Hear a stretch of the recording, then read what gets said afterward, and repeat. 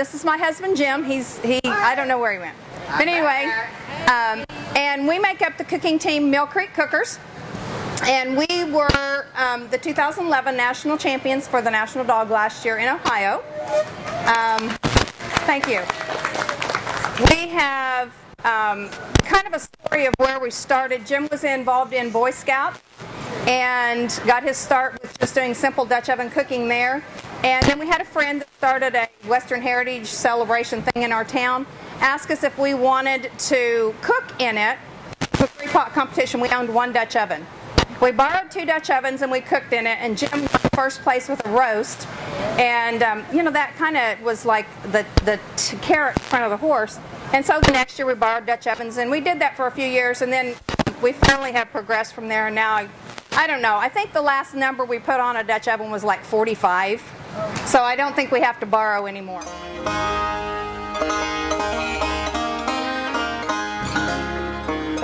This is our good friends, Gaye and Curtis Grace. They make up the cooking team Grace Mountain Outfitters. They have won numerous competitions. Gaye with Terry that won last night, they won the national championship in Louisiana in 2009, correct? 2010. And then she and Terry went on to Utah, and they cooked out there, and they won 2nd place out there. So anyway, so we are so happy to be here. We are making up the team today at the Cast Iron Network, and we also are called Demos, Dutch Ovens, and Dogs. So we're the 3 Ds today. So anyway, you're here for the bread class. We also, Gaye in 2009, when the National Dog was in Oklahoma, she taught a pie class there, and I taught the bread class there. And then we are already booked for next year to be in Arkansas and teach classes there. Okay? There are 5 savories and 5 sweets. So there's 10 different breads that are going to be made here today. And you have the recipes for all of these breads that we're going to do today. So all 10 of those recipes are on your recipe on this sheet that I've given you. All 10 of your recipes are on this. And we're going to start, every one of you is going to start with the same basic bread dough. The variation is the one that has the orange rolls. The orange rolls, instead of adding the extra milk to it, you are going to add, who has the orange rolls?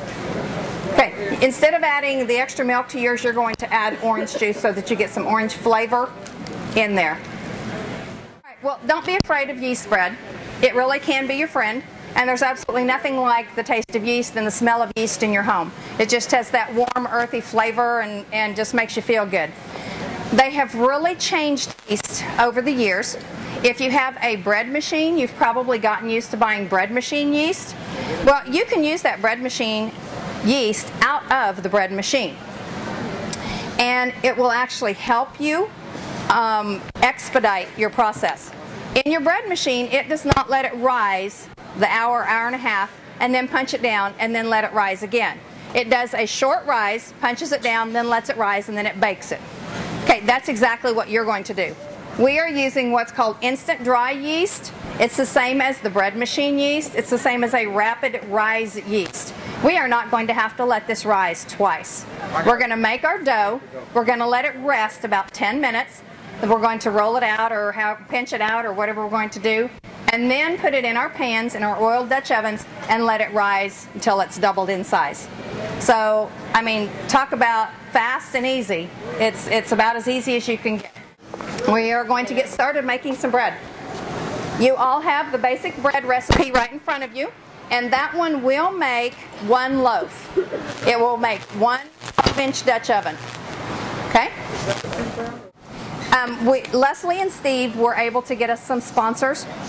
And so King Arthur flour is what we're going to use unless we run out.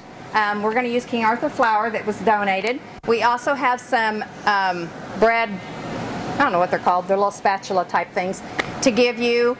And if we run... So we're going to do, you can just have 1.5 tablespoons of yeast. 1.5 tablespoons of yeast. And you know there's not a 1/2 tablespoon, so just guess. Right. And she's going to model it, like we said. She's going to share this in digestible chunks with you. That's what we call it as educators. That's what we have to teach our kids it in little chunks. 1/4 of a cup of sugar. 1/4 of a cup of sugar. And then we're going to do 1/2 cup of warm water. And your water does need to be extremely warm. Not scalding, but don't be embarrassed if you want to temp your water. If you wanted to take a temperature gauge and put it in it, that's a way to ensure that you're going to have it at a good temperature. You want it between 110 and 115 degrees, a minimum. 115 to 120 is great. Now, they have, with this rapid rise yeast, they do, in the book you're going to read that it says they recommend you mix it with your dry ingredients. And so I would put my flour and my yeast in here together. If you do that, your water temperature has to go up to between 120 and 130. Because that flour is going to take a lot of the heat. So if you want to do it that other way, you can. Gaye and I were talking about this. We're still pretty old-fashioned, and we want to see our yeast foaming in the bowl so we know it's good. So we still proof our yeast.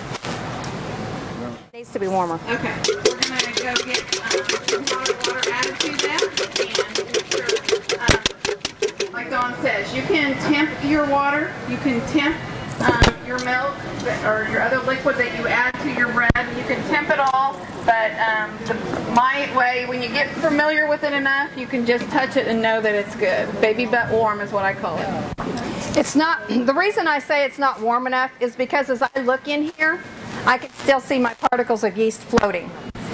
And so it should start melting immediately or dissolving or whatever you want to call it immediately. And so that's why I told Curtis this water's not warm enough. It needs to be warmer.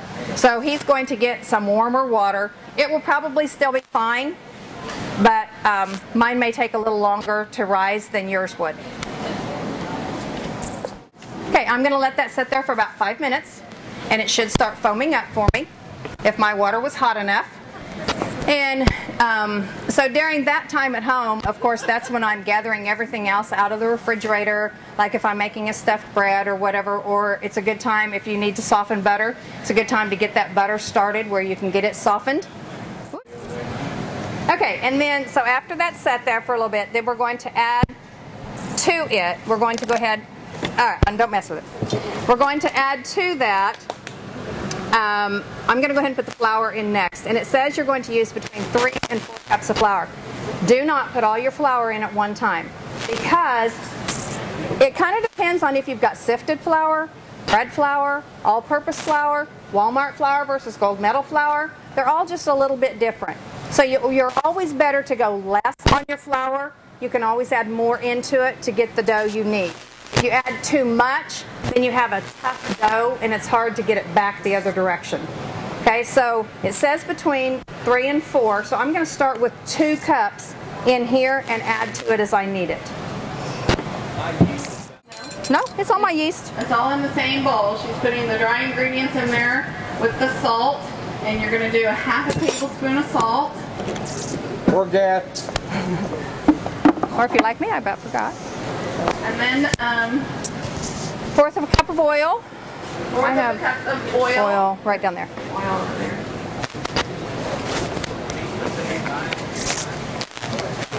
Oil. We've used it all. Corn oil, canola oil, vegetable oil. I have canola today. Not all. Olive oil only if you're doing like a focaccia or something like that. It gives it a totally different flavor. Olive oil has its own distinct flavor, and so you need to save olive oil for if you're doing something like a focaccia or a dilled or an herbed bread, something like that, because it will definitely give it a different flavor. So she's incorporated all of that, and she added how much milk? I did a half a cup of milk, and then it tells you to add a little more, half a cup of water again at the end. Just really, it's more of a dough. We'll get you all that or a information batter as well. right now. Anyway, so what I've done is I just used my fork and mixed it up. And now I'm going to add some more flour. I'm going to add about a 1/2 cup at a time. I'm going to add about a 1/2 cup of flour at a time to make sure that I don't get it too hard too fast. She's looking for that right consistency. I don't know where my 1/2 cup makes a cup is. To the dough. And you kind of gather right. that as you My half cup make measuring dough.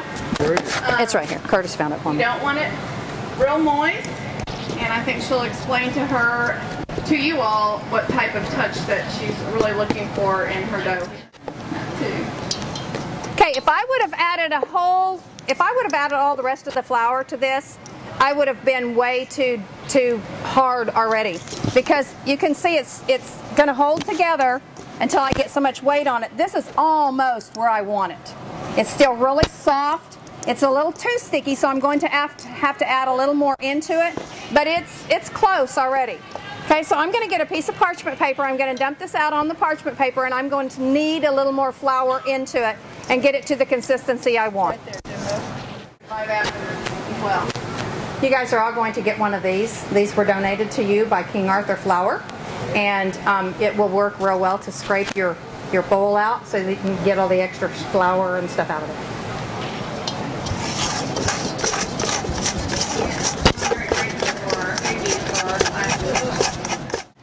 She's kneading. It's still a little sticky, so I know I'm not quite there yet. She's kneading the dough. She'll work in all of that excess flour and probably turn out very perfect to the touch. You want it soft dough. You don't want it real tough to work with. And to knead, you can either pull from in front of you to you or from the side over. It's whatever works for you. I kind of pull from all different directions. I just kind of look at it and see where it needs to, what still feels a little sticky.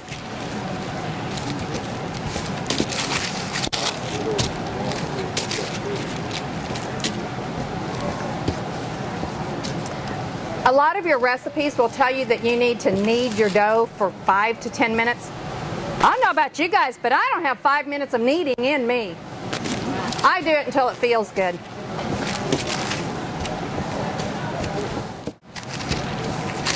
Okay, it's just a little tiny bit sticky, yet not bad. So there I've got my dough, and then like I said, we only need to let this set for 10 minutes and rest. And so during that time, you guys are going to get started and you're going to get your bread made. I recommend that you do have a little bit of oil, or you can use the spray canola or spray Pam. Put just a little bit in your bowl.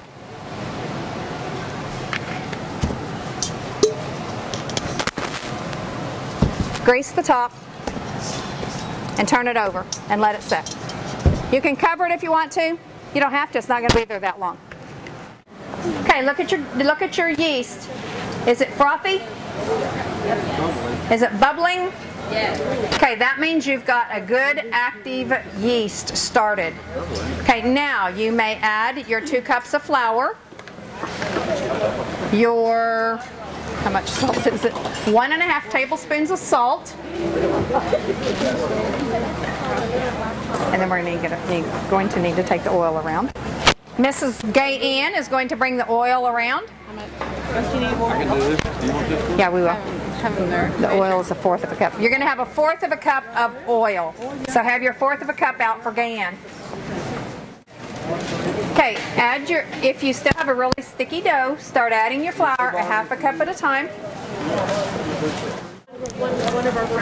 Okay, so how you feeling?